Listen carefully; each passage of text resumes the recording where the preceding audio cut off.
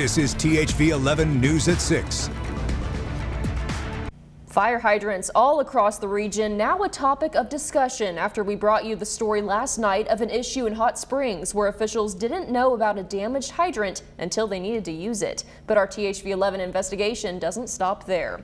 Since looking into how fire hydrants are inspected in Little Rock, North Little Rock, and Conway, we're now learning about another issue, this one in Oak Grove. Thanks for joining us. I'm Brooke Buckner. And I'm Faith Woodard. Tonight, residents in that area are voicing their concern over a lack of hydrants. However, it's a problem they say isn't new. As they told our Tanya Motorzitsky, they've been complaining to Pulaski County and the utility company since 2019. Do you feel safe? No, not as far as if a fire broke out. Here in Oak Grove, right by North Little Rock, residents like Rodney Farley say they've been fighting to have more fire hydrants in their neighborhood near MacArthur and Oak Grove Road since 2019. It's fixing to be 2026 in less than a month, and so I would think that they would have some funds in that 5-year time to come out and install proper fire hydrants. In March of 2020, Farley says his in-laws' home off of Oak Grove Road burnt down. He told us there was not a hydrant nearby. Every fire department in Pulaski County was here as far away as East End. Just months before the fire in October 2019, his wife reached out to Central Arkansas Water about their concerns of the lack of hydrants in the area. CAW sent a letter in response saying they're working on installing another hydrant, but Farley says it wasn't put in until after the house fire, adding that it's still far away. Probably a good over a quarter mile down the road from our current location. I want to drive down Oak Grove Road where residents are concerned about the lack of fire hydrants in this area. I just want to see for myself and count how many there are. Let's go.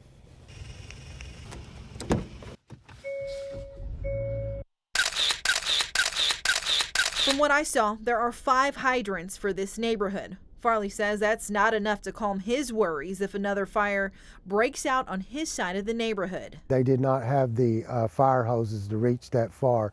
They would just have to fill their pumper trucks up here and run back and forth. In Oak Grove, I'm Tanya Motorzitsky, THV 11 News. Now, we did reach out to Pulaski County CAW and Oak Grove's volunteer fire department for a comment, and so far we've only heard back from CAW. They gave us this statement saying, in part, quote, the original water main at the northern end of Oak Grove Road installed in the early 1980s is a smaller diameter PVC water line, which limits the ability to support additional hydrants. They also went on to say they work closely with all fire departments to make sure water is available for their communities. Here in Little Rock, city leaders are getting ready to unveil the final plans for the new 30 Crossing project. It's part of the city's first ever downtown master plan and is months in the making. The project points to success from other mid-sized southern cities like Chattanooga, Tennessee and Richmond, Virginia as a reason why people should be encouraged. Mayor Frank Scott Jr. has said in the past community input is a priority in the project, and tonight at 7 those in the community will get that chance. THV 11's Catherine Rowley is at the meeting and will bring us the latest tonight at 10. Tom's getting excited. Excited. Let's do it. Tom Brannon is here. No, it's I'm not another really. chilly night out there, Tom, and you've issued a weather impact alert. Tell us more about that.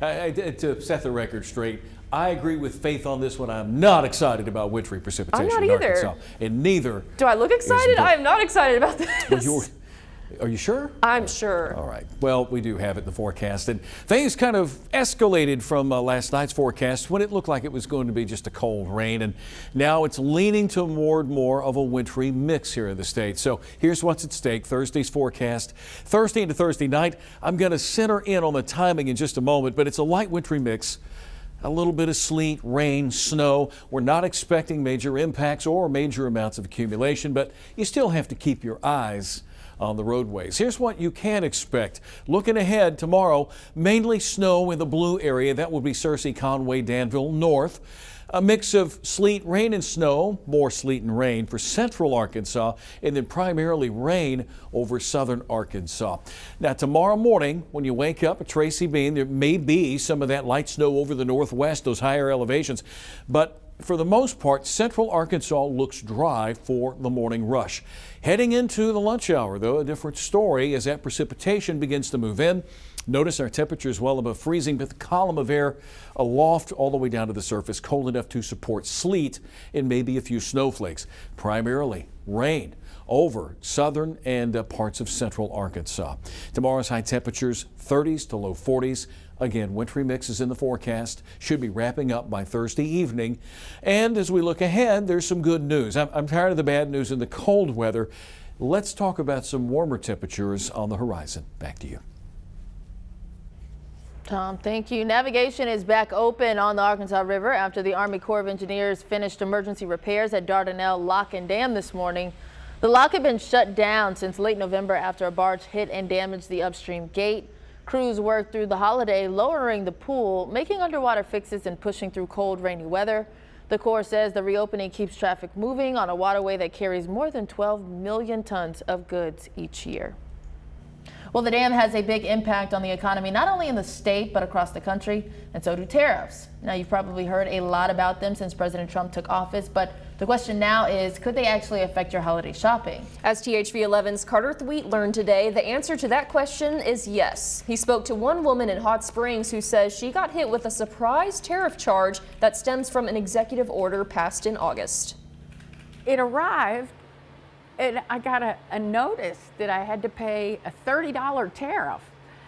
And at first I thought it was a scam. But it wasn't for Diana Hampo of Hot Springs, who ordered a specific type of wide-angle camera lens for her son for Christmas. It shipped from Belgium, but once it got to Arkansas, she couldn't get it until she paid extra to UPS. I felt like it was kind of sneaky, almost duplicitous, because when I ordered the lens, there wasn't anything about a tariff. One University of Central Arkansas professor wasn't surprised by the story. Jeremy Horpedahl teaches economics and says tariffs, which are an extra charge on goods coming from another country, can be felt in a variety of ways. One of the major initiatives of the Trump administration is to increase tariffs in a lot of different ways.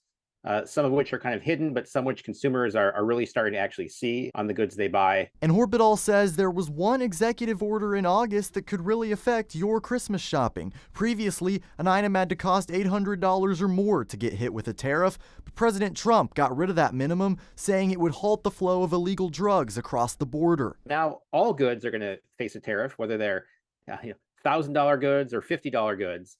And in some cases, the seller might add that into the price. That includes Hampo's $50 camera lens. Horpedahl suggests combing through websites to find their tariff policy before you buy. Or you could go with Hampo's new solution. The moral of the story is shop local. You know, if I had walked into the camera shop downtown, found my lens, I would have known exactly how much it cost. In Hot Springs, Carter Thweet, THV 11 News. Thank you, Carter. Horpedahl says while shopping local will get rid of any surprise fees, any of their imported goods will also be more expensive due to tariffs. It'll just be factored into the listing price instead of being added on later. The action is expected to save the typical consumer at least $1,000 off the price of a new car, and we think substantially more than that.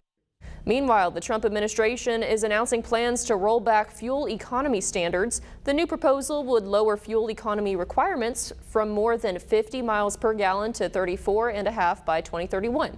Former President Joe Biden had put the higher standards in place, also signing an executive order to make half of all new vehicles sold in the U.S. electric by 2030, arguing they save money for Americans in the long run and reduce pollution.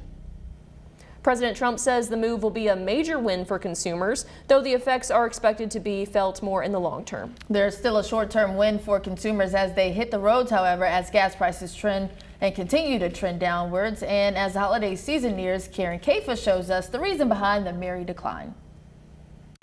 A holiday treat for drivers. We haven't seen gas prices this low since 2021, and we could continue to see that trend as we head into the holiday season. AAA said the nationwide average for a gallon of regular gasoline dipped below the $3 mark this week for the first time since May 2021. And in some states, the average is even lower. You've got high supply, lower demand. You've got a lower gasoline blend that's cheaper to produce. You combine all of that, you're going to get lower gas prices. The major driver of gas prices, crude oil prices, has dropped significantly. In December 2022, 10 months after Russia invaded Ukraine and destabilized the global oil market, U.S. oil prices were around $81 per barrel. Lately, they're hovering around and below the $60 mark. Crude oil prices this year have been relatively stable and relatively low. When you look at the national average across the board, starting in January of this year, it's been pretty much a flat line all year long, and that's very rare. Both the U.S. and OPEC have upped their oil production in recent months, adding more supply to outpace demand. Another contributing factor, most pumps right now are filled with winter blend gasoline, which costs less to produce. And with the exception of the busy winter holiday periods, overall demand typically falls during winter. Returning here is not just symbolic. This is a true homecoming. A major martial arts homecoming in Little Rock, the meaning behind it and how it's bringing thousands back home. Weather impact alert for your Thursday. Keep that in mind. It looked like rain yesterday, but today it looks a little different. We could have a mixed bag of precipitation. Again, I'll break down the timing for you coming up after the break.